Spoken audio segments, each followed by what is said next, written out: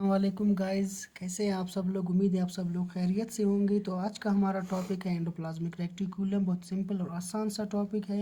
Endoplasmic reticulum is discovered by Keith R Porter and Thomson in 1945।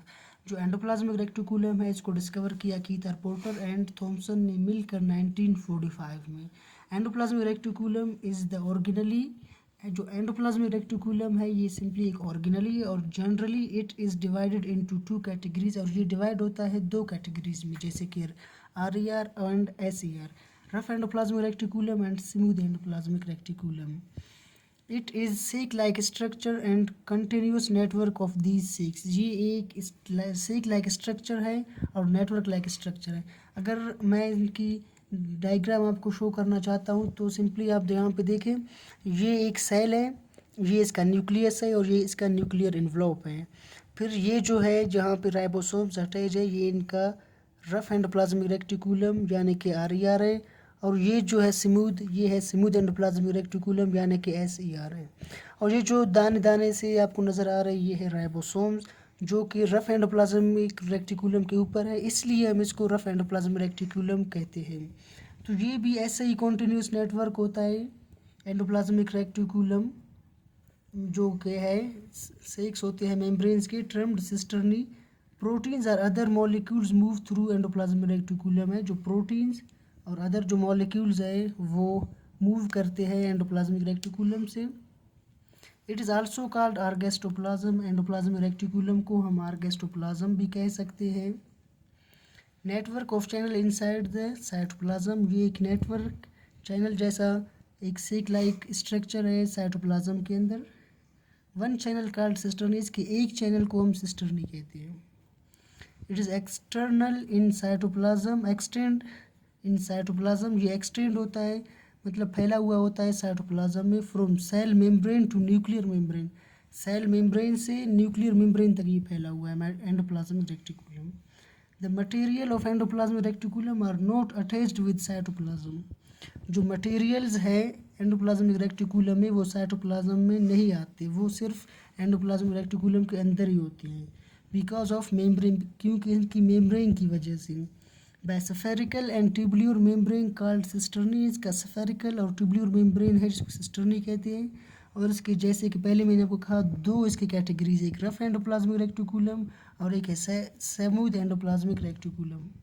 मैंने आपको कहा कि इसकी दो कैटेगरीज है, एक रफ एंडोप्लाज्मिक रेक्टिकुलम और एक है smooth endoplasmic reticulum.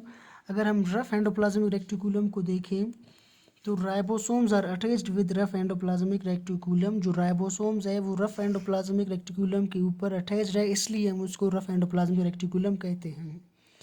It contains rough surface, और इसका एक रफ सरफेस होता है। सिंथेसिस ऑफ प्रोटीन, इसका रोल है synthesis of protein which may be store और export outside of the cell. Synthesis करता है प्रोटीन जो कि उसमें स्टोर भी होती है, वो एक्सपोर्ट भी उनको करता है outside of the cell.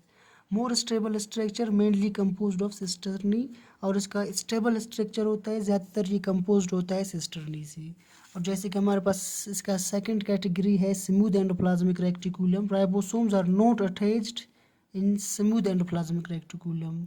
It contains smooth surface, इन इसके ऊपर रफ राइबोसोम्स जो है वो अटैच नहीं होते और इसका सरफेस स्मूथ होता है। अब इसका रोल देखिए, इसका रोल बहुत ही बड़ा है। Involve in metabolism of molecule, ये मेटाबॉलिज्म मॉलिक्यूल्स के मेटाबॉलिज्म में इन्वॉल्व होता है। जैसे कि लिपिड्स को हम देखें, इनको मेटाबॉलिज्म भी करता है। And it also detoxification of harmful drugs, जो हार्मफुल ड्रग्स होते हैं हमारे जिस्म में उनको भी डिटॉक्सिफाई करता है। And transfer of nerve impulses nerves muscle cells, और ये ट्रांसमिशन करता है नर्व इम्पल्सिस का, नर्व सेल्स का। Transportation of materials from one cell to another cell, और ट्रांसपोर्ट करता है मटेरियल्स को एक सेल से दूसरे सेल में। इसका लेस स्टेबल स्ट्रक्चर है और मेनली ये कंपोज्ड होता है ट्यूब्यूल से।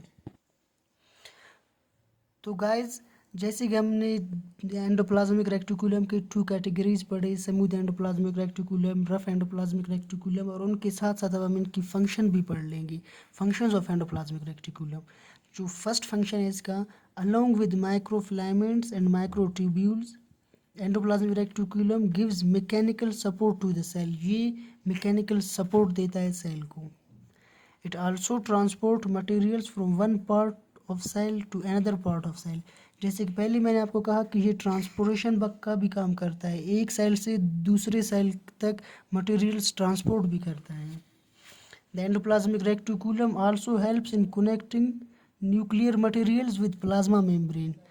एंडोप्लाज्मिक रेटिकुलम हेल्प करता है कनेक्टिंग न्यूक्लियर मेम्ब्रेन को प्लाज्मा मेम्ब्रेन के साथ अटैच करता है। Rough endoplasmic reticulum helps in protein synthesis as ribosomes are attached with their outer surface।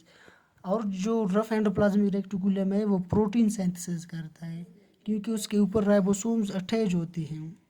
Cholesterol and phospholipid are synthesis by smooth endoplasmic reticulum.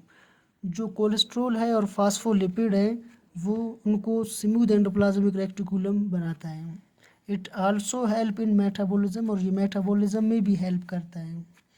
It also help in detoxification of harmful drugs, और ये harmful drugs को भी detoxify करता है। तो ये था हमारा टोटल एंडोप्लाज्मिक रेटिकुलम, उनकी categories, smooth endoplasmic reticulum, rough endoplasmic reticulum और एंडोप्लाज्मिक रेटिकुलम के फंक्शंस। तो ये बहुत आसान और सिंपल सा टॉपिक था। आपको अगर वीडियो अच्छी लगी तो एक लाइक और सब्सक्राइब ज़रूर करना। तो हम मिलते हैं नेक्स्ट वीडियो में। फ़िलहाल अल्लाह हाफिज़।